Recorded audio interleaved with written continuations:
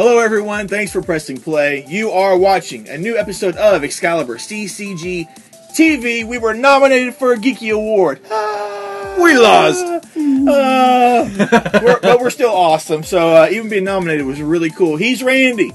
I'm Chris. We are Excalibur Comics, Cards, and Games here in Shreveport, Louisiana. And we have a location in Texarkana, Texas for anyone that lives up there in that local area, or anyone that just wants to visit. That's right. 2 locations to serve you. And this week we are talking great comics for June 18th. These are the comics that are hitting the shelves that you should know about. The storylines, the new #1s, and our personal favorites that'll be hitting the shelves that we want to tell you more about and inform you so that you make a great comic book buying decision with our help. Need an example about that? We just had someone in the store telling us asking us, where is the Empty Man? Where is this book? Yep. And we had to tell them it's not here because it's sold out. Exactly. Inform you so that you can come in and get that. And the best way to come in and get that book or make sure that book is there for you is to pre-order that book. It's been a while since we told you. We're going to tell you again because maybe you've fallen asleep, maybe you've forgotten. You know, it happens here. Exactly. Pre-order books. That is your best friend with making sure something that is going to be popular is in the store. Exactly. And how can you know what to pre-order? Well, we tell you every week in the weekly comic show, so that's not technically pre-ordering, but there is time to call the shop and have it added to your pull list, or call our shops from wherever you are. Also, if you follow our website, every day we post a brand new title or a brand new collection of material that you can go to our website, type in your name, email address, and your phone number, choose what store you want it saved at, and that's that pre-ordering right there, because the stuff that we're posting to our website is stuff that comes out 2 months from now, so you can be ahead of the curve. Also, we inform you when the previews hit the shelves. Previews, that's right. At the beginning of every month, or the end of the previous, toward the end of the month or the beginning of the month, the new previews comes out, and you can pick that up and look through it, thumb through it, and order all kinds of stuff that we don't discuss necessarily in our shows. Shirts, mugs, other smaller independent publishers along with that. But yeah, and it gives you a chance to read through and see what some of these items are about. It'll give you preview pages of some of them. Different things like that, where you can become a little more informed on your own to say, well, maybe I want to see this. And then when you hear us talking about it, you go, hey, that's that book. It's coming out. Exactly. So, Rodney, sorry you missed out on Empty Man when you came to the shop. But hopefully we have more coming in. Hopefully so, yeah. First print. Yeah, exactly, exactly. And guys, remember, pre-ordering is your friend. Spread the word. Now, I mean, if you're here with us, then yeah, definitely, we want you to. If you're a local customer, we want you to use us as your service. But wherever you are in the world, you're only doing yourself a favor by pre-ordering. Yeah. So there you go, guys. Enough of that, guys. Another big thing. We've been doing a lot of stuff this year, and another thing that has changed here in the comic shop, thanks to Randy, thanks to Chase, thanks to Chris, no thanks to me at all, is that we've always had thousands of back issues for you to be able to peruse and find long lost storylines and issues that you've been wanting to look for and get. Well, it's all been reorganized now. I got some pictures here we're going to show on screen of the awesome stuff that happened. Tell them a little bit about what happened with all that, Randy. We've gone through, and we no longer have the long boxes out in the middle with our back issues. We now have file cabinets. Everything is in one gigantic alphabetical order instead of the Marvel DC on top and everything else underneath here. It's everything in alphabetical order. So you just go, start at the A's, work your way around to the Z's. It's pretty simple if you know how to sing your ABCs there. Yeah, and it looks great. The drawers are super easy to slide in and out. It's easy to access everything. Sometimes it's a chore reaching over a long box to the very back of it to find what you're looking for if you haven't found it in the front part of it. This makes it totally easy. You Tyrannosaurus stubby-armed people can find your short box. Yeah, it's all short boxes now. Yeah. So that's really cool, guys. Hope you enjoyed the images there. That's what when you come in, that's what you'll see, including Yoda greeting you on top of the boxes with the sword in hand. And his old man scowling face. That's right. Yoda disapproves. No. Yoda's here to protect it all, and it looks great. Open up a little bit of floor space as well by using the vertical space. It's great. So come by, check it out, find some back issues, walk out of here with some great stuff in your hands. Maybe even Yoda. Maybe even Yoda. That's right. Why not? Huh? Yeah. Moving on, guys. We got some storylines hitting the shelf this week. What would you like to start off with, sir? I'm going to start off with one that I'm more familiar with. We have the final issue of The Hunt for Robin coming out with Batman and Ra's al Ghul. That's who it is this time with the number 32. With this, Batman, he is finally caught up to Raj, and he is looking to take the battle to him. What's at stake? It is the bodies of Talia and of Damian. So we're going to then leap directly from this into the rise of Robin. So anybody who loves Damian, myself included, this is the end of that big storyline there. It's kind of been hush-hush, but it's going to be something major here once Damian comes back and people are like, when did this happen? We've been telling you. Yeah, we've been telling you. And as far as the Rise of Robin, when I was reading an interview with Peter Tomasi, who's writing that, there's going to be an Alpha issue. Goodness. Exactly. There's going to be a Robin Rises Alpha and a Robin Rises Omega. Yeah. And there's in between those, I think there's more storyline in the Batman and series. Yeah, the Batman, and I believe it's just going to be called Batman and Robin again. From that point. During that time, at least. Awesome. So yes. Moving on, guys. I got two I'm going to cover here real quick. Original Sin, number 4, hits the shelf this week. If you read Original Sin, number 3, you saw something crazy happen at the end of that issue. Yes, and that continues on because apparently you can trust no one, not even yourself, with this series. So we're going to see that. Also a team up between the Punisher and Doctor Strange. The most unlikely dynamic duo you would ever think of in a comic book are in this one and doing stuff as well. I want to say like a holy hordes of Horgoth or whatever the kind of thing it is. By the eye of Vishanti or whatever. No, I want to get you said the dynamic duo, so I wanted the holy thing in there. Holy hordes of Horgoth. That's awesome. Punisher. Going classic there. Also continuing, guys, we have a Original Sin tie-in, Avengers 31 hitting the shelf. I've been digging this, and we're still in the future, and the Avengers are dealing. They're like 50 years in the future, dealing with the aftermath of what they've done in the present time. So, got Leno Yu on art. That's a steal for me. That's great for me. I dig that. And in that last issue, we got to see a totally different Hawkeye, who actually survived for another 50 years. So, kudos to Hawkeye and whatever pills you're taking, bro. But that's it for that. Well, no, it's not. Because, did I miss one? And there is a Nova number 18 that's what it was. Original tie-in. Everybody has one, is all it says. So that's it. Final event that's coming out this week, we have another one of the Red Daughter of Krypton stories with Supergirl number 32. Yep. With this, we've seen that she is kind of at a crossroads right now. She's being tested here as a Red Lantern. She's, I guess, conflicted with the powers that she has, the people, the camaraderie she has there, and what she hasn't had previously. But we also still have this threat from her past that is threatening to... threatening, huh? Really? Who would ever have guessed? But the threat is threatening to destroy her. So... there's still that happening. I'm not sure how much longer the Red Daughter of Krypton is going to keep going on here. I have a feeling it's got to be ending fairly soon before she's back to the S on her chest kind of thing. Right. So fun stuff. That's the storylines, huh? Yeah. There was no Green Lantern Uprising. That's all done with. Yeah. So there we go, guys. Moving on. Now is time for the question of the week. That's right. Now, last week we're continuing the same theme, guys.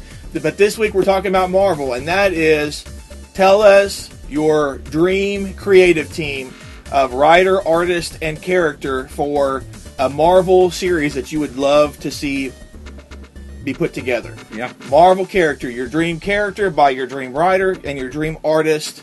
Do you have anything in mind, sir? I want a Union Jack story written by Ed Brubaker. Okay. And art by Sean Phillips. Why not go with the awesome team there? Why not? Don't break up a good thing. Give me one of yours. I would have to say that I would love...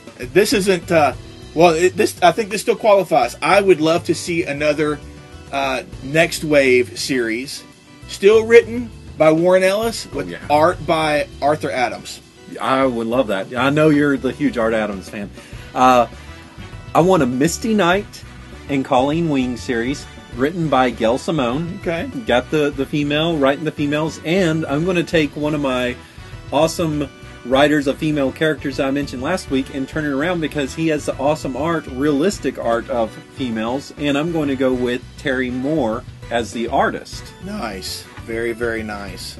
Another one that I think that I would like to see would be The Hulk, written by Peter Tomasi, and bring back Dale Keown on the art because I loved his run. He is like the pinnacle Hulk artist in my eyes for my generation when I grew up. I loved what he did. There was tons of excellent artists, but Dale Keown and Peter David had a long stretch they did together. But Dale, even what the covers and stuff that Dale's putting out now are still just, to me, they're gorgeous. I love seeing his artwork. So there we go. I've got one last one. Okay.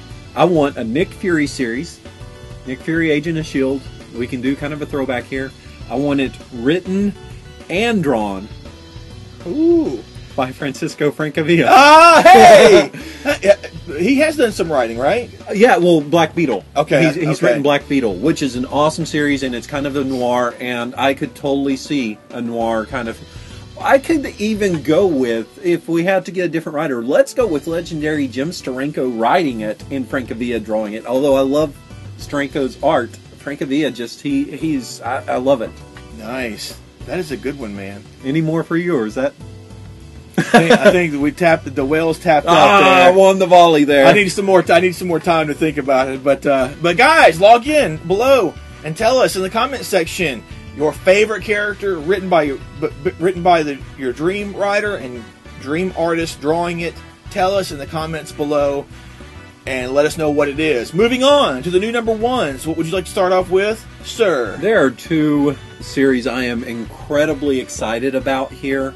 I'm going to let you handle one of them, and I'm going to go with IDW is putting out Winterworld #1, and as far as I know, this is an ongoing series here. This is taking classic characters from Chuck Dixon and Jorge Zafino, I guess is how you say his name.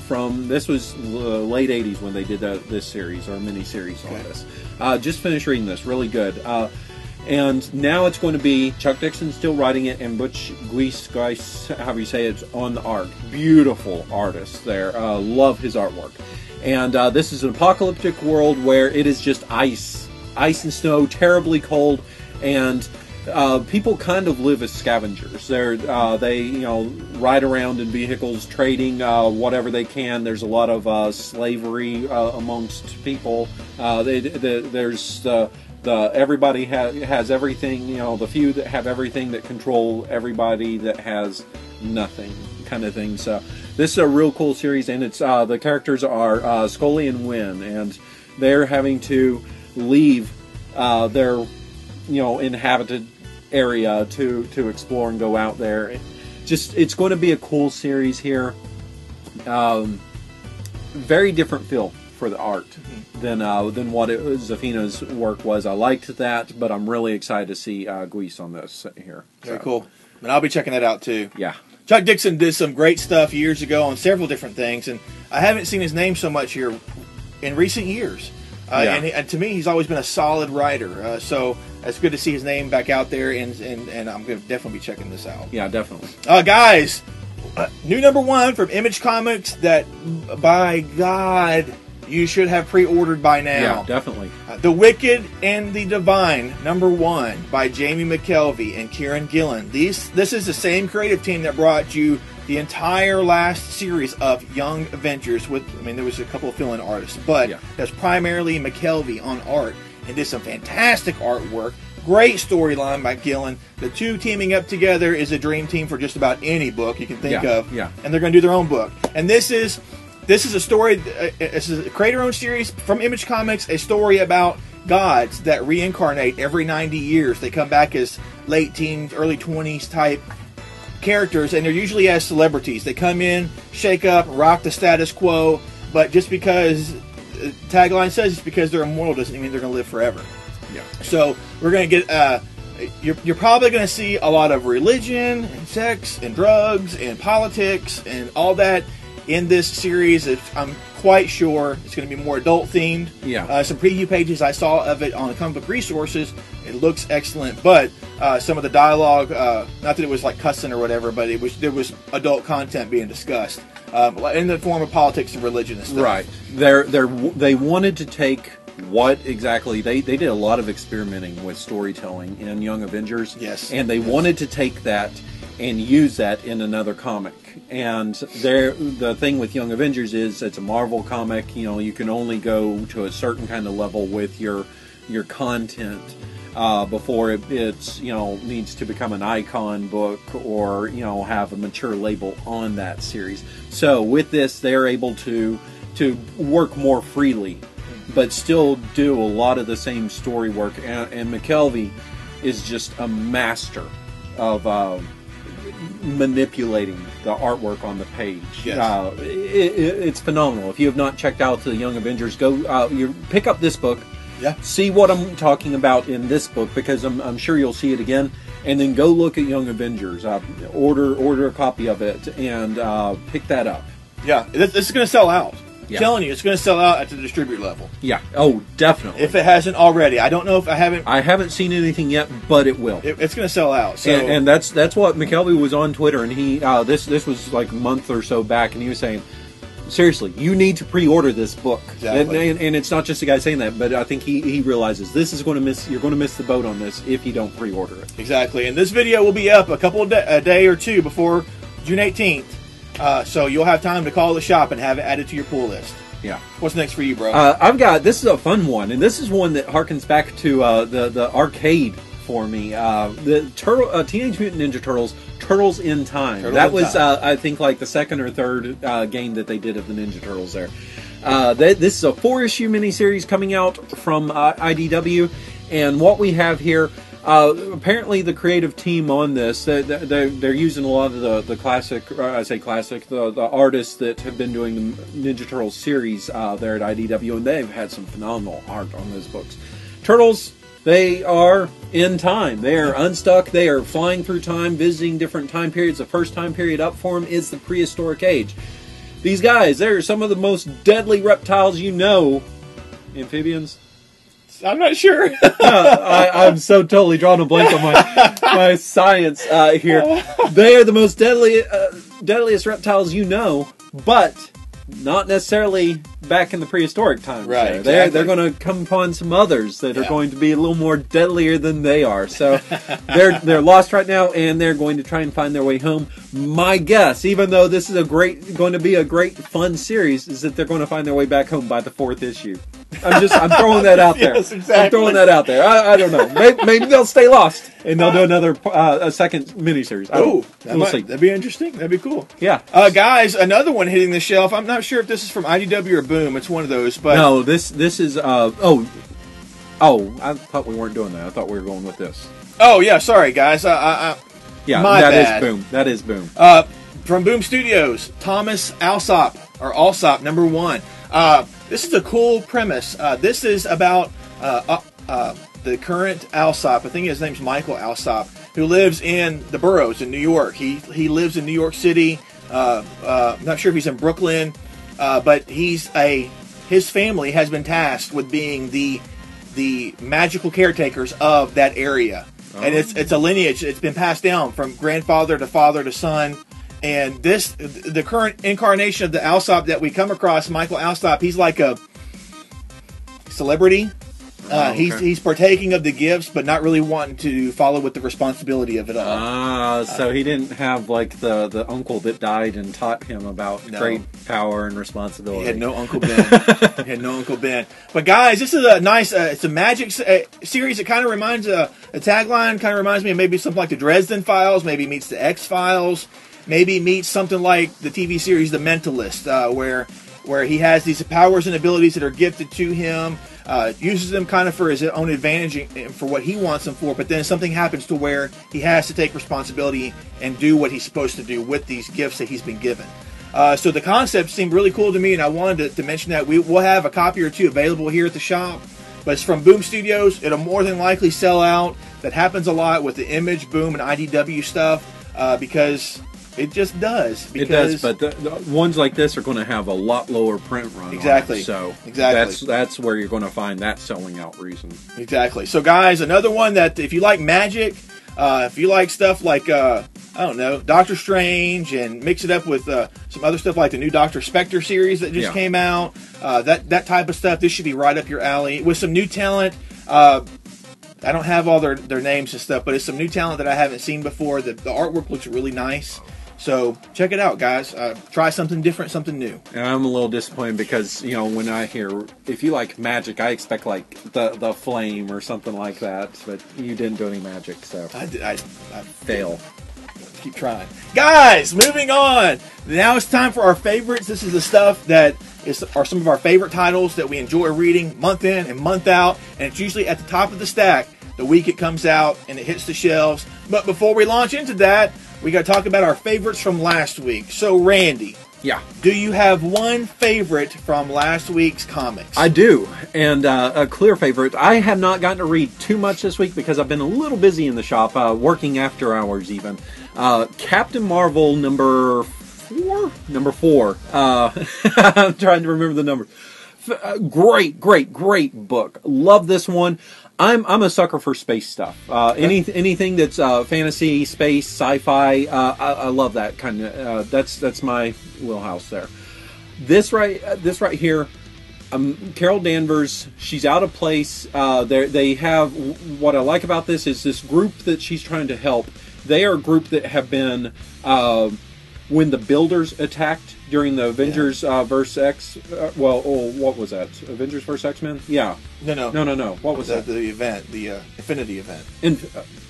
Infinity. Yeah. No. Thank you. Infinity.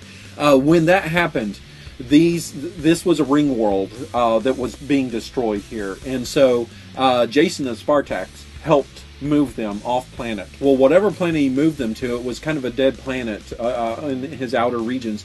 It's been making the people sick.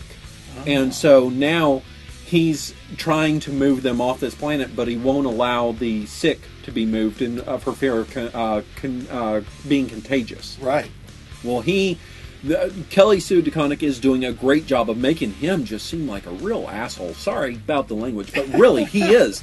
And I mean, she is really pushing that, and I like that. I want them to just like make him the next, big, bad, terrible person that maybe they, the galactic people need to take down, something like that. Yeah. But the other thing that really works with this is, you have the characters that are being put together almost as Carol Danvers' crew. Ghul, he's this guy with these horns, super strong and, super big chip on his shoulder. And there's Jackie, who, is the mechanic who she's kind of a free spirit, and then she has whoever the little girl's name is, and this robot that wants to be called Bebop. So just this fun crew that they have here, and just top it off with the cherry on top. That's David Lopez art. Oh, there we go. Love this book. Pick up the trade if you can't find the issues. Whenever the trade comes out for this, and right at the last page of this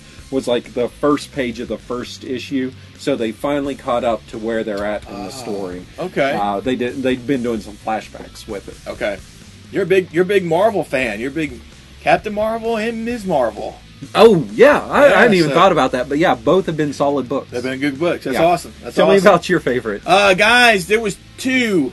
Two. The two that were the best to me were United States of Murder Incorporated number 2. Again. And Uber number 14. Ooh. And I'm going to have to give a slight edge to Uber number 14. So while he talks, I'm going to do this.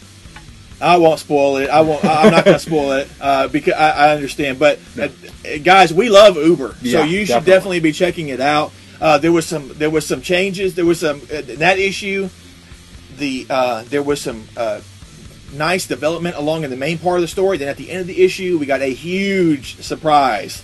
Ooh. Huge surprise. I'm excited to read this. So, guys, get the collected editions of this series. Another one by Kieran Gillen. Yeah. With Kanan White on art, and then we also have Gabriel Andrade, who with this issue did really good. He has like 2 fill-ins helping catch up there, so that This Shane one was White can come back. Yeah, and Andre did this issue. Okay. Really solid work. I liked it. It kind of reminded me of a little bit of Phil Jimenez style artwork. So it was solid. It was really, really good.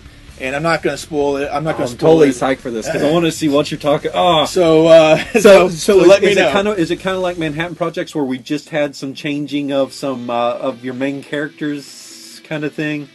Yeah, I'm not saying anything. I'm not. I'm afraid anything I say will. Oh. You won't respect me in the morning. So, guys, I'll respect you now. I know, seriously. So, what's the point, guys? There may be spoilers ahead because we now are moving on to our favorites that are coming out this week, June 18th, and we'll do it fast. And Randy, start off with your first one. Fables number 141 comes out. This is, I think, one of the maybe the second to the last story arc. Happily Ever After Part 1. This is the Good Knight versus the Bad Knight. This is King Arthur versus Morgan Le Fay. Eek! This is Rose Red versus Snow White. Sister versus sister. They don't want to be versus each other, but because Rose Red has recreated this Camelot, they can't help but fall into these roles. And it happens to be that Rose Red is kind of the King Arthur role, and Snow White, who has been the hero throughout almost all the series, is taking on the part of Morgan Le Fay here. So it was inevitable that if you have King Arthur, you have to have Morgan Le Fay. And so you're going to have the everything brewing between the two sisters here.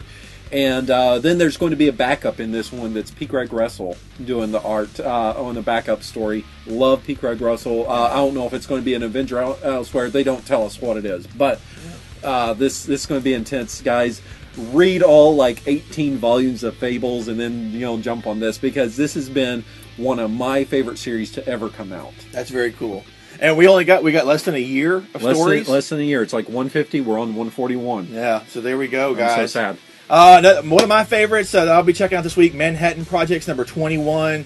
With everything that's been going on with the Einstein, the Oppenheimers, and the generals, and their facility being taken over, and all that stuff, I've forgotten about the Space Hounds.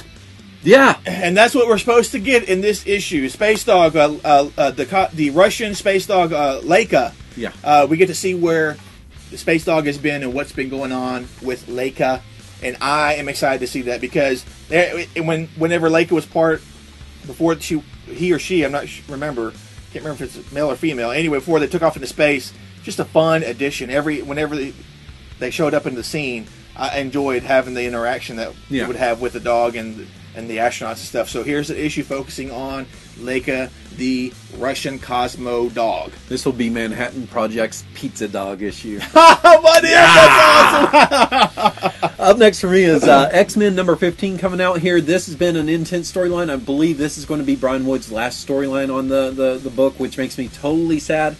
We have Jubilee has adopted this Shogo, this little child that she came across, and Shogo's father has broken out of prison, and he is bad.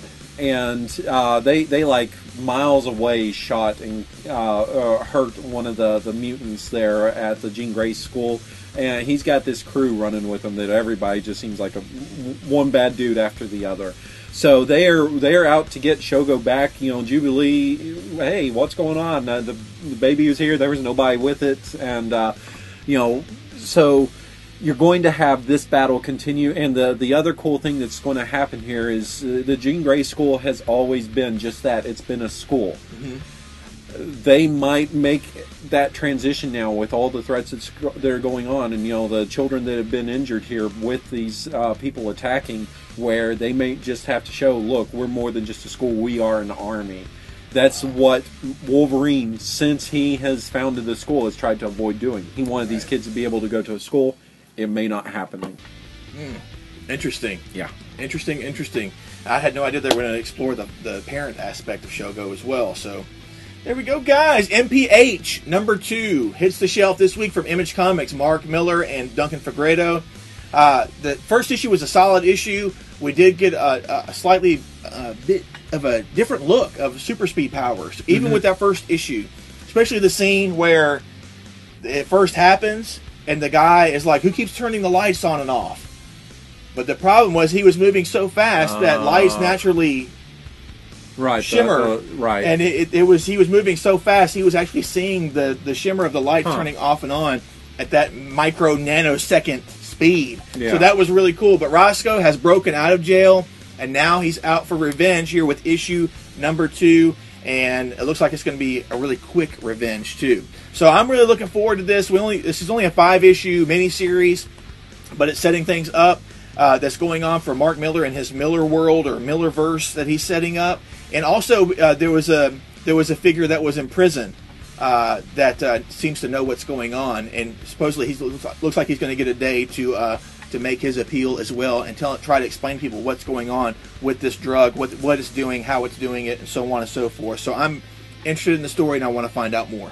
I had a real durr moment and didn't even realize that MPH was miles per hour. So someone mentioned that in the store. I was like, what? Oh, okay. They are all super fast. That makes sense. Last up for me is Wonder Woman number 32. We are getting 2. This may be the second to last. No, we may have 2 more issues after this with Azzarello and Chiang on the book. Okay. And the casualties are mounting here. We have Wolverine, Wonder Woman. We have Wonder Woman. She has taken up the mantle as being the leader of the Amazons and the God of War. So she's dual roles here right now, and she's trying to bring the Amazons together to support her in this war. Well, what's happening in the meantime is that the firstborn has just been taking out all of Zeus's children. He's just got a huge chip on his shoulder, real bad attitude, and he's taken them all out. It probably didn't help that he was tortured, constantly by Apollo. So with this, we see that the family's getting picked off, and that might start to kind of tear some strings within that. All this close knit family that has been going on might be falling apart somewhat. But we're going to see that Diana Wonder Woman here going, hey, be careful. I am the God of War. So we'll get to... I can't wait for this moment where she just unleashes with that. It's going to happen. Nice. Very nice. Hey, real quick about MPH. Yeah. It is commonly referred to as miles per hour as we know it, but I think Miller did a little twist, so I'm not sure if MPH actually stands for that. Oh, okay, good. No, don't feel so dumb. No, yeah, because I think I read in an interview somewhere that it's going to either be something according to the drug or just a twist on whatever MPH is. So, okay, great. As, of course, as Miller is known to do. Guys, last up for me, Daredevil number 4. It's hard to beat this book, guys. It is hard to beat this book. Unless you Wonder Woman. No, sorry. Oh, there he goes. Oh, no, throw down. But, guys, Mark Waid, Chris Samney on this. We're getting to see the Owl get a kind of a makeover here, a modern-day makeover. He's got some people that are working with him, and with the end of issue number 3, with what was going on with the Shroud and the Owl, and then getting Matt Murdock thrown into the center of it all, I was like, no. For a guy with all these super senses, you didn't detect this coming, but he didn't, and it was awesome. It was an awesome twist on the whole scenario, and we get to find out a little bit more about what they're doing or how they're hiding Foggy Nelson.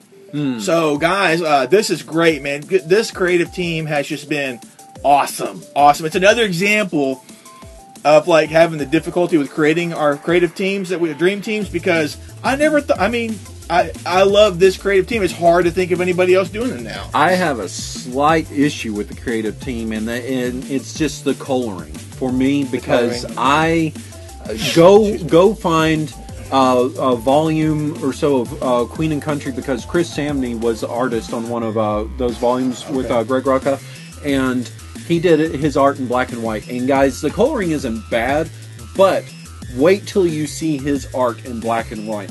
He is one of those artists that the coloring kills his art.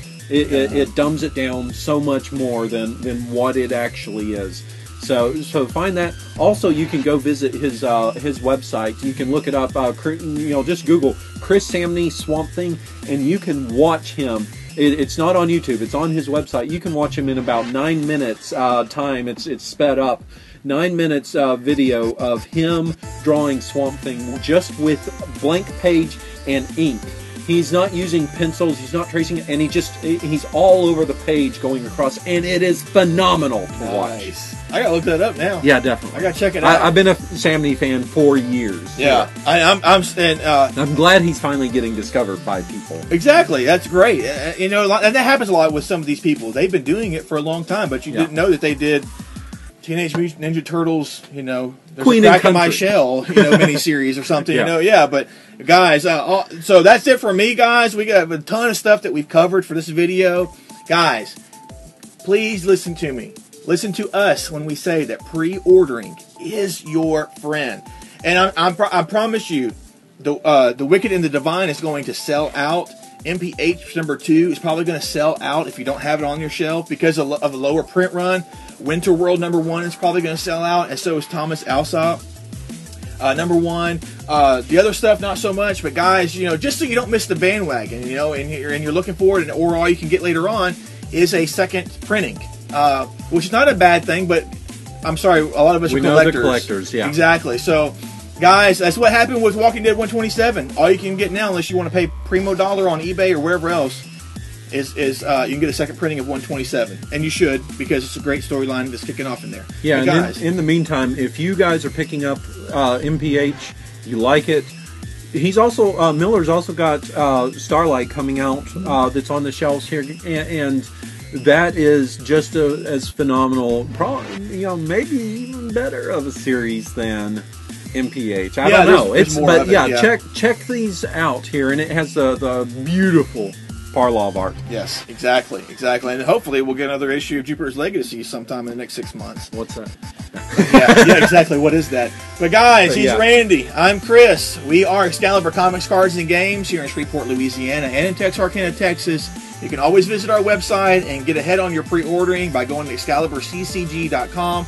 Like our Facebook page because we post stuff on there as well to keep you informed as well.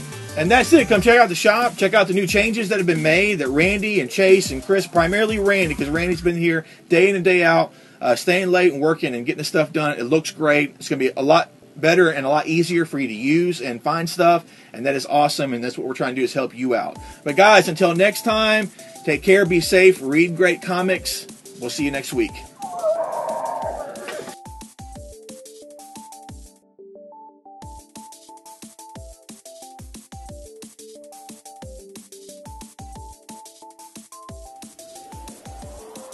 You're doing your opening bit? No, I don't think I'm gonna do that anymore.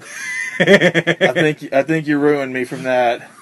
I don't know. Your intensity with it was. I was intense with it. It was kind of intense. You do.